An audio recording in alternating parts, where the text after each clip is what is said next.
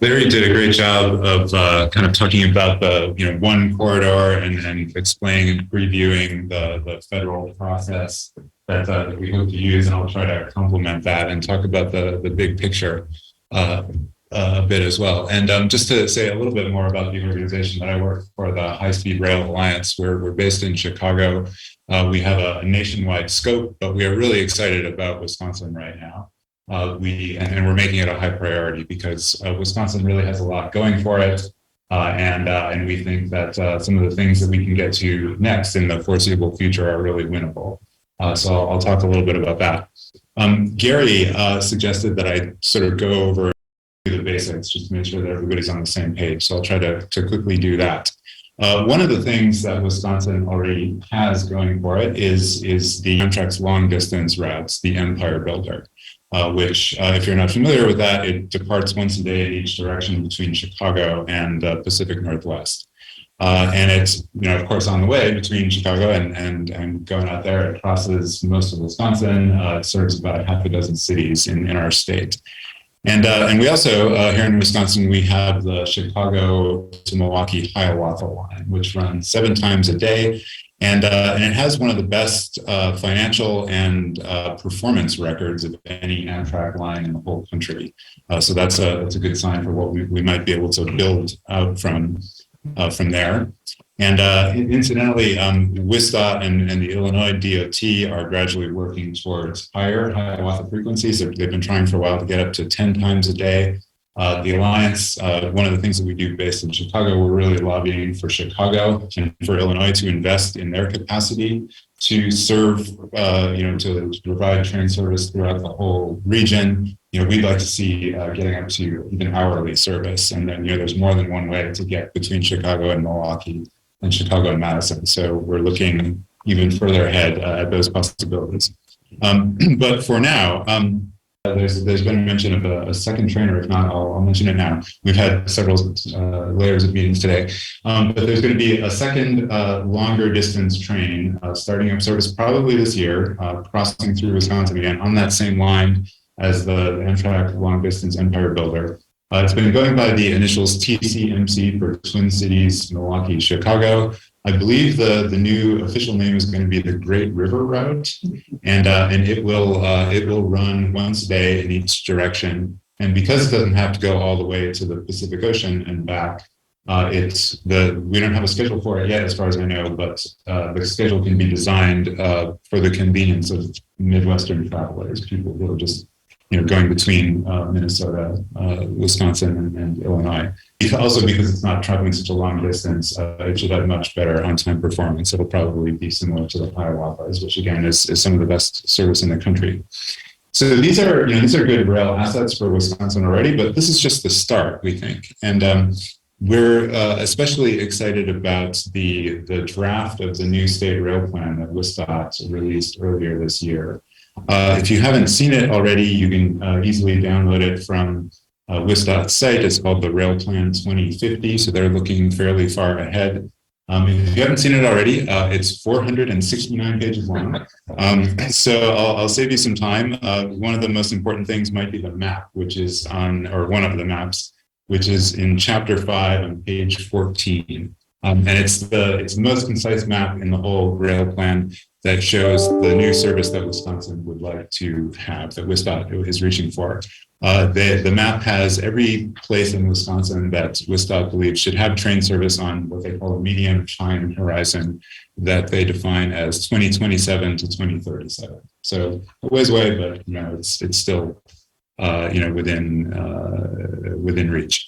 And this is good. The fact that they are proposing service all over the state to through the Fox Cities to Green Bay, up to Eau Claire, up to Duluth Superior, and all the places in between is really good because statewide support for this is going to be critical. If we just talk about pairs of cities like Milwaukee and Madison, that makes it a much tougher sell.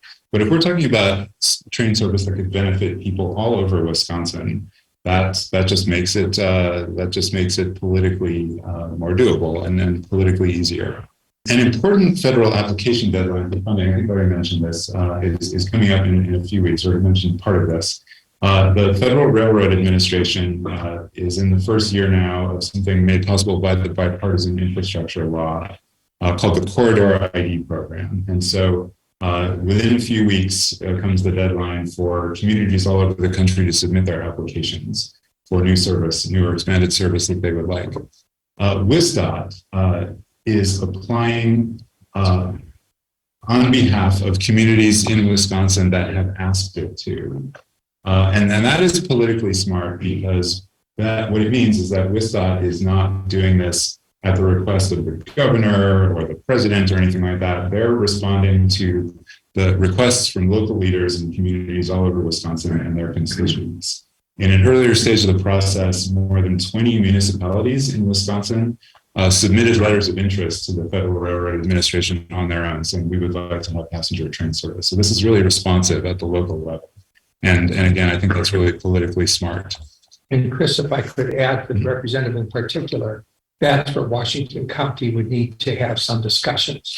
Because if those local officials aren't making the request, the feds are going to say, well, they're not interested. We can go somewhere else. Just so I think everybody gets that.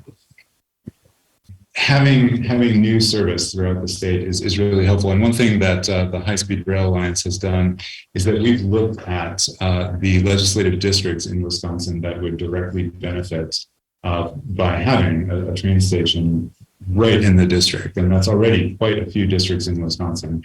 And if you expand the radius to, what is sometimes called the Walmart distance, in other words, sort of the distance of, a distance of maybe 10 miles where people don't really give it a second thought to drive to. People could get to a train station in 10 or 15 minutes or something like that.